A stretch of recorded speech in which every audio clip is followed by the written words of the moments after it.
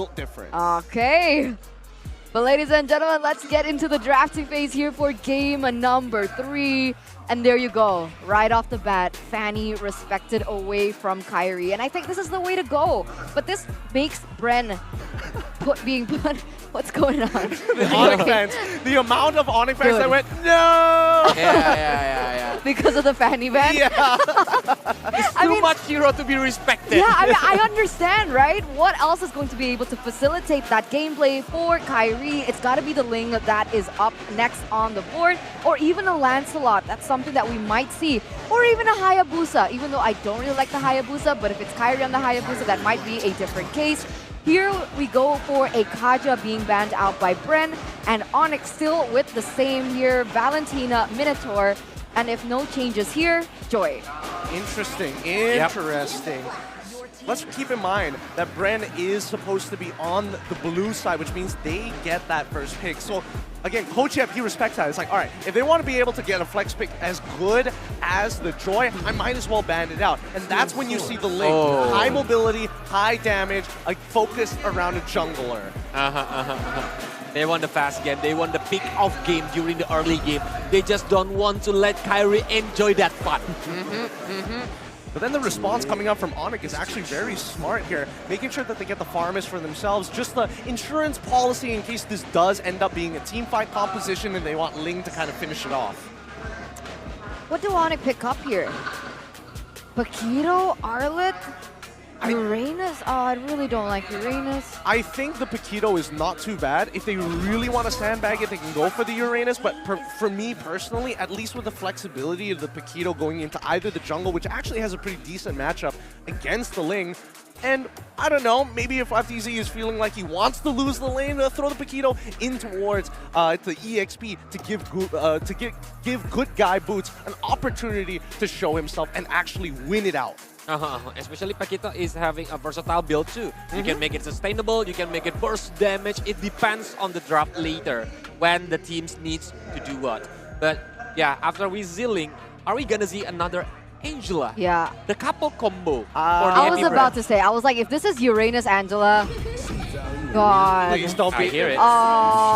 Okay. And all right. Well, now I guess Onic can definitely go for the Esmeralda here if they really, really want to counter this Angela. I mean, if they go into the Esmeralda, we're expecting to see a Dyroth ban come out at about the same time, right? I was hoping that maybe AP Brand... Cannot!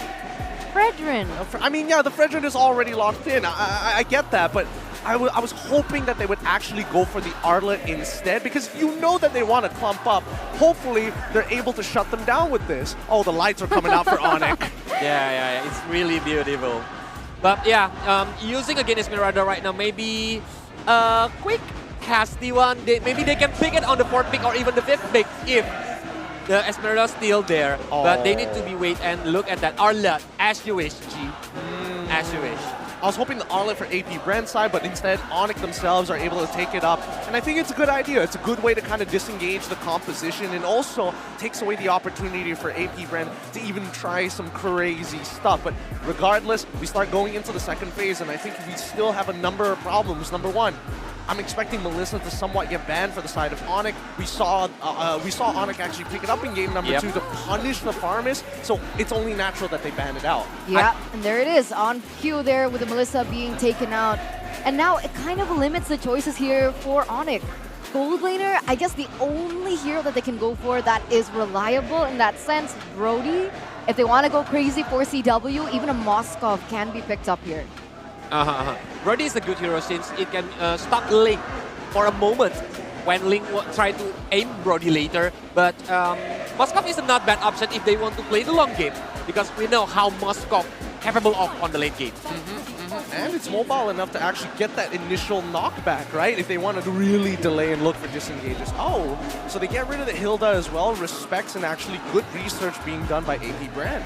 Yeah, next Masha. Next Masha? I mean, they've been banning it out almost pretty much every single game as their final ban. Let's see if that's going to be correct here. Oh wait, they can't. They don't need to. I mean, already an Arlet and a Paquito. I don't know. Masha can be thrown into as a roamer, quote unquote. Yeah, Arlet as... Unless Arlet roam. Yeah, Arab Because Pro. I don't think that Kiboy would pick up the Masha. Really? Yeah. I mean, he was willing to pick up the Hilda. Masha's not too far off. I'll do push-ups. I've never seen her be so adamant. Keyboy will never. He would never. Not on my watch. But that push-up thing, I didn't see that coming. But so it comes back down to this last final Yep. ban coming in from Bren, seeing as Onic have opted to take the Yves out of the board. And what's it gonna be? Fresh still there, Cho still there if they want like a single target lock hero to stop Link. I think Cho is not a bad ban in this particular position as Yep. well, right? Because, I mean, if you Kufra. are... Kufra is also not bad, but it's like pick your poison, right? Because at the end of the day, the main combination coming in from AP Bren, which has been revealed, is the Ling as well as the Angela. Oh, they ban out the Beatrix. Okay. Interesting. So, quite the limitation on the marksman side. Does that mean that AP Bren, or at the very least for Super Marco, is looking for Harith? Yeah, I think so because they're limiting the CW heroes right now, and after all the marksman has been used or the lastly picked by the CW, maybe they gonna pick the magical damage gold laner, Bro. like maybe the Harriet or maybe Yeah. the Lunox. We can see the debut of Lunox for That's gold the lane. thing. If CW picks up the Brody, Harith pick. All right. Let's see, because at the end of the day, Wait, red Claude's side, still open, sorry. yeah, that's the thing. Harith, They locked do it in. first. Regardless, they get it. And now AP Brent, I don't even think they mind too much. Actually, wait, hold on. Let me think about this for a second. Arlet is already in. The Paquito is already in. Claude might not necessarily be the greatest, but you could technically outplay it still. Technically. But with Varamis, they stick together, no backline heroes. Cloud Blazing Duet will be scatter a lot. Atlas. Oh yeah, Atlas. Put Angela in mid lane, pick up an Atlas. Because now you really need some lockdown coming in. It could be Atlas, it could be Grok, it could be Kufra, but just please flex this Angela mid. And maybe they can play with Sicilian gold lane like Bang Sin before. If they need the magic damage. Look, if they're going to go that route, might as well put Esmeralda as well, right? Whoa! Whoa! It's clean debut now. Oh my Wait, god. wait. Who's it's roaming? Rizla? Who? Huh? How? Where? Where are they going now? Fredrin Rome, I guess. Fredrin Rome? Fredrin mid? Fredrin... Oh my god, it's confusing. I am... I'm guessing about like there is like gonna be on the XP Pick, lane. yeah, for sure. Yeah, and the Fredrin gonna be the roam. Or are they gonna be the mid lane? I guess. I think that would be the best setup that you could ask Yeah, for, that's right? the best option right now. I'm That just- we can guess. Yeah, that we can possibly guess here. But oh man, I haven't seen Clint in a hot second here. I mean, the true damage is always going to be relevant, but more so, they probably could have gone for a more mobile marksman. Regardless, the Masha is going to get locked in for the side of Onic. So both sides, and hey, yeah.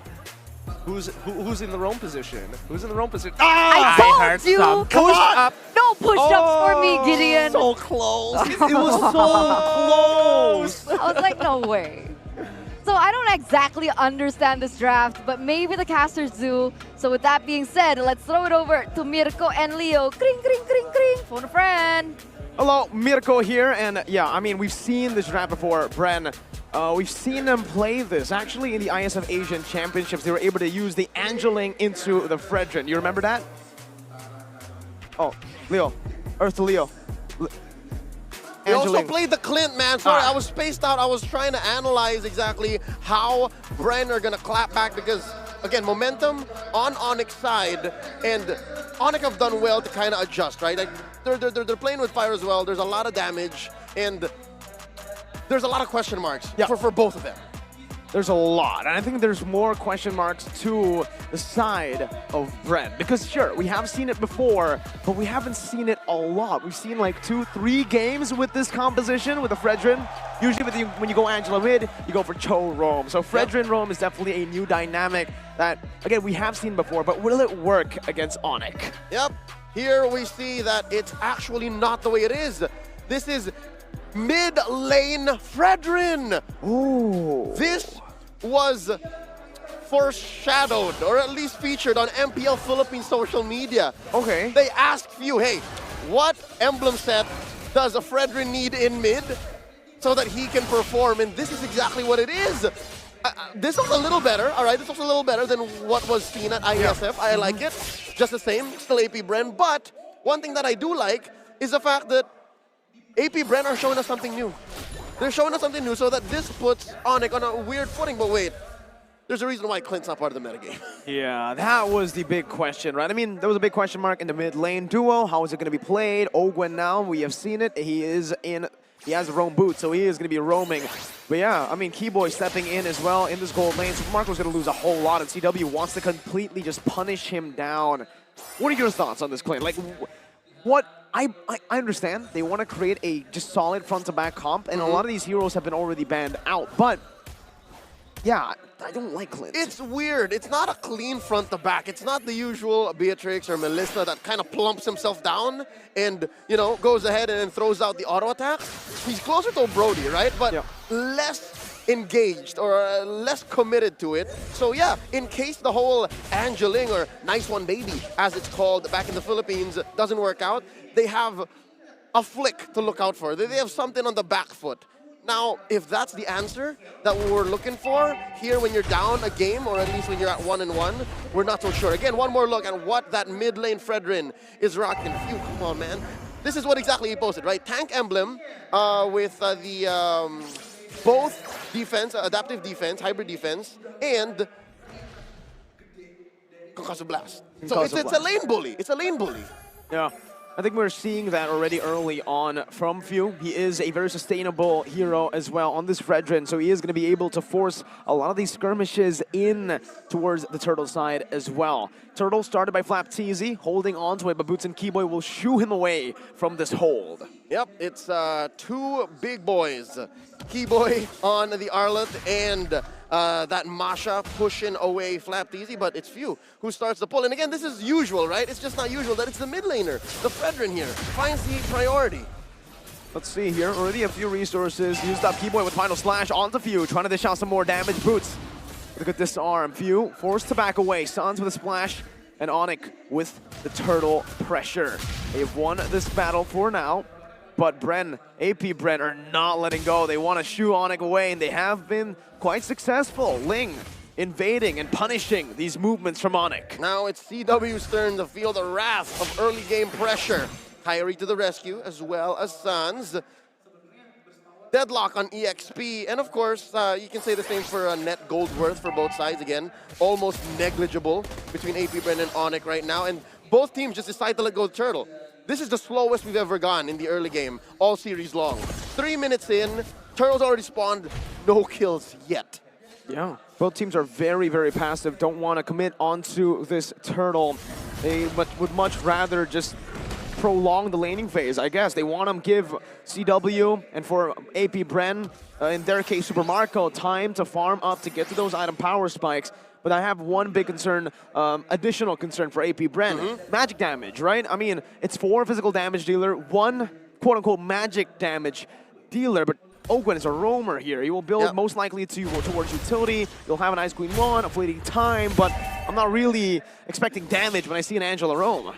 So they're going to rely on shock and awe. They're going to flip the switch, step on the clutch when Onyx not expecting it, and they're going to hope that the item game isn't on as well. It's not all there. Now Sans and Boots going to be able to see. The Kautizi will clearly get the turtle here. And yeah, that's a delayed turtle take. There could have been 2 turtles by this time. We might only see 2 turtles in the entirety of the game. Yeah. Boots now caught in the penalty zone. Flap TZ with a good chunk, but as we all know, Masha can take a beating. Just goes back, Final Slash, brings Few back onto Sans. Shadow Stampede now going to be used up, pulling him back with a hard card. Comes in clutch. Kyle TZ with a re-engage onto the back with a cold altar coming down. The silence takes them out of the Appraiser's wrath. Now, 3-man toss from Few, locking him down under the turret. Kyle gets clapped by Thunder. CW with his Amon Force taking a kill back in. Final Slash, bringing Ogwen and CW with 1 more hit. And Onic somehow, they come out on top. 3 for 1. Kyrie for Few, Ogwen, and Kyle.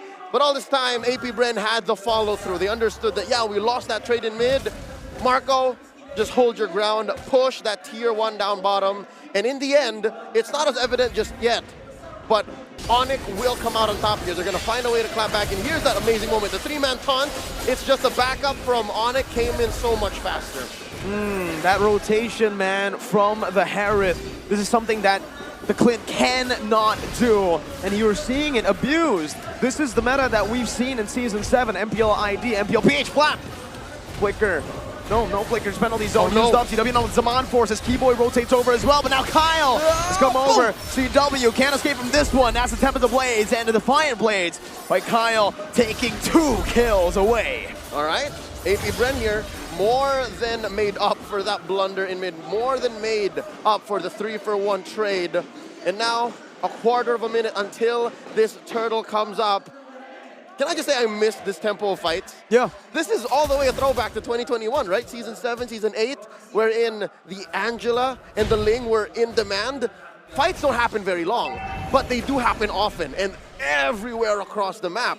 I'm looking to see how Onic will respond since they really haven't gone to the modus of sending Boots to do the annoying thing. Here's a clear take and a 3-man, 4-man taunt by Few. Beautiful secure Few now jumping in. Boots soaking in the damage right now. Super Marco's able to create this line with the help of the team. Keyboy running away right now, but he goes back in with a vengeance. Now Kyrie on the back. Not enough to take anyone down. Call Alter saving his life, but CW in the back will get chunked very low. Gets into the Call Alter in time. Now Boots in the midst of it all. Gonna be melted down, and Kyle Teasy with a double kill. They've outplayed Onic in this skirmish. Shock and awe. Again, they forced Hans to click the called altar. He did get it in, and he was playing with the walls, with the spacing, so that he can provide extra HP to his fallen comrades. But just the same, AP Bren, they have the amount of CC that they need. The taunt, and of course, the heart on a string. I've never seen an Angela do so well, and now another fight breaks out. 2-man final slash. Flap Teasy now caught in a 1v4. Kyrie taking low penalty zone! Boom! Locks them down to the Abrasions. Wrath Kyle Teasy in the back as Keyboy gets taken out in the front. Sans caught in the knockup. And down goes Sans. 4-for-1. 9-4, just under 8 minutes. And look at the conversion. Through the roof. AP Bren now up by 4,000 gold. Mirko, that was the slowest early game, but just the same, the fastest clutch from early to mid we've seen all series long. And you thought we couldn't get any better. No. The reality of things, sometimes it's stranger than fiction, but for AP Bren, it is absolutely wonderful. Let's take a look at the items here. I want to take a look at just the Clint. Yeah, it's just a normal build. There's nothing too special about it. It's just what you build on Clint. BOD into an endless battle. And again, the Clint's been doing work, Leo. The pick that we have been criticizing, that we have been questioning here, like we mentioned earlier, it's back to that old meta where the gold lane is just a side hustle. It's not a full-time job anymore. They don't lane, they just rotate. They clear rotate. It's an XP lane, but different. It's a different take on the 131, right? Because 2021 was the year of the 131. Yep. Here, it's not as clear a 131 because that mid lane, we haven't seen this in a while. It's a mid lane bully. It's, I guess, reminiscent of the mid lane Lapu Lapu. Right, but this time around it's the Fredrin. He wasn't around at the time, but here, AP Bren are making it work. Now they're invading the purple. Not much that Onic can do. AP Bren just doing exactly what they want, however they want to do it. Boots in the bottom lane, melted down, and this should not do. No. Boots instantly just taken out. They give it over to kill Super Marco, and again, AP Bren are outplaying, are out-rotating, are just doing everything, reading Onic out. Yep, this is cross-map pressure like we haven't seen in quite a while. Not just that, the whole dynamic of when AP Bren engages on you, it forces a response that the current metagame isn't prepared for, or at least the draft that Onic brought in isn't prepared for. You're so used to these big 4v5s, 5v5s, and then you have a weird off-kilter hero coming in from a weird angle. But here, oh wait, Kyle Teasy. Nope. All right, see? So you want to be honest, you want to be fair about your engages, but AP Bren doesn't allow for that. Not at all. Look at the turret, base turret chunked that low, and Bren, they're just styling on Onic right now, utilizing every single bit of that gold lead, of that map pressure that they have, the advantages that they have to completely punish Onic. Time of the Blades. Not used up just yet. Penalty zone though. Connects onto the back. The call ultra saves CW for a bit of spot. TZ gets caught in the turret aggro. Meanwhile, on the back, Boots unable to melt anyone down. But Super Marco, the complete opposite. CW knocked up. Final slash. And they're still going. Hard guard on. Down goes Sans. Keyboy as well. Wipeout. It's a wipeout. 10 minutes in. The only reason Sans is up is because of his passive. And with that, AP Bren are gonna knock down this inhibitor up top. In the end is nigh. Can Sans clear the wave? It should be over. Sans trying desperately to clear out the waves. He doesn't even find a kill. AP Bren. 10 minutes. 10:50 to be exact. If the Slobber Knockers that were game 1 and 2